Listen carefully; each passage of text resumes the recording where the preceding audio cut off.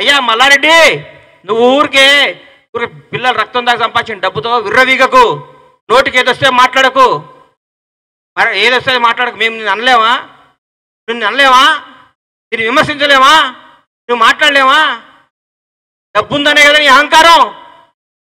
చరిత్ర రాజ్యాలు కూలిపోయినాయి, చరిత్ర గొప్పది, రాజ్యాలు కూలిపోయి రాజులు మొత్తం బికారులయ్యారు. నువ్వేమీ లేనాడు ఇంత అయినప్పుడు ఉన్నాడు కూడా బికారు కావచ్చు కదా. దేనికి? నేచర్కి ఎదురు మాట్లాడకు, ప్రజాస్వామ్యాన్ని గౌరవించు, నేర్చుకో. Thank you.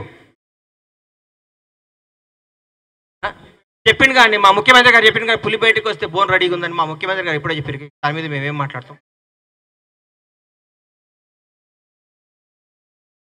చేసిన మల్కాజ్గిరి పార్లమెంట్ అభ్యర్థిగా టికెట్ కోసం అప్లై దరఖాస్తు చేయడం జరిగింది.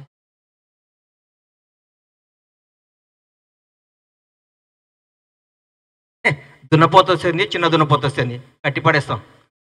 మల్కాజ్గిరిలో కాంగ్రెస్ జెండా ఎగురుతుంది. ఎవరికి టికెట్ బ్రహ్మాండమైన మెజార్టీతో గెలుస్తాను. నేను ఊరికి అట్లా మాట్లాడిన అందరిలాగా బీఆర్ఎస్ ప్రభుత్వం లాగా దుమ్ము దులుపుతా, ఎగురుతా, గంతేస్తా అని. గెలుస్తాం, టికెట్ వస్తే గెలుస్తాం.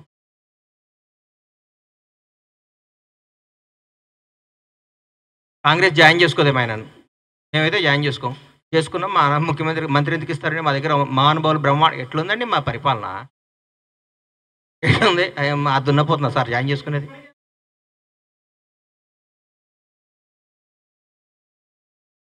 అవన్నీ నాకు తెలియదండి. ముఖ్యమంత్రి గారిని, ఎమ్మెల్యేలు ముఖ్యమంత్రి గారు కలవాలి, ప్రజలు ఎమ్మెల్యేలను కలవాలి, నియోజకవర్గ ప్రజలు. మా ఎమ్మెల్యే వచ్చి ఆ మంత్రినో ముఖ్యమంత్రి గారిని కలుస్తారు. ఎందుకు కలుస్తారు? సమస్యల కోసం కలుస్తారు.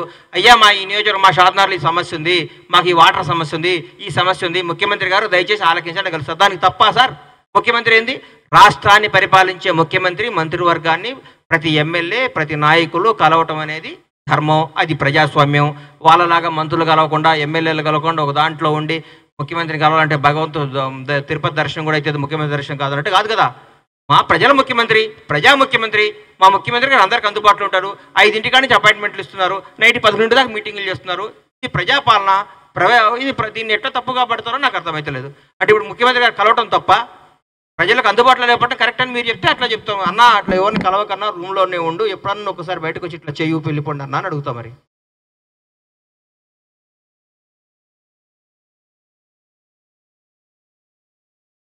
మల్కాజ్గిరి అంటే మల్కాజ్గిరి హైదరాబాద్ సిటీలో ఉంది. నాకు మల్కాజ్గిరిలో చేయాలని అప్లికేషన్ పెద్దలు ఆమోదించి అనుగ్రహించి నన్ను నమ్మి నాకు టికెట్ ఇస్తే ఘన విజయం సాధిస్తా. నాకు టికెట్ ఇవ్వకుండా ఇస్తారని ఆశిస్తున్నా.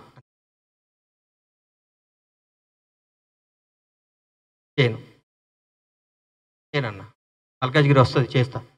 ఎందుకు రాదని అంటారు?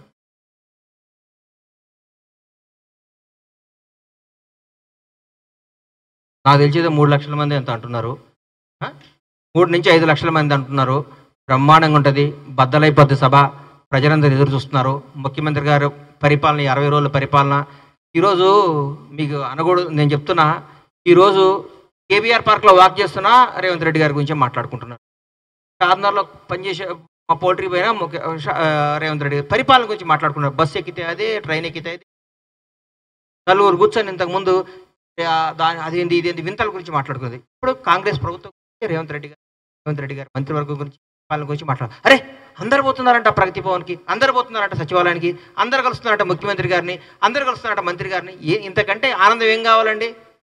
భారతదేశ వ్యాప్తంగా ప్రతి ముఖ్యమంత్రి రేవంత్ రెడ్డి గారి పరిపాలన గురించి ఆరాధిస్తుంది.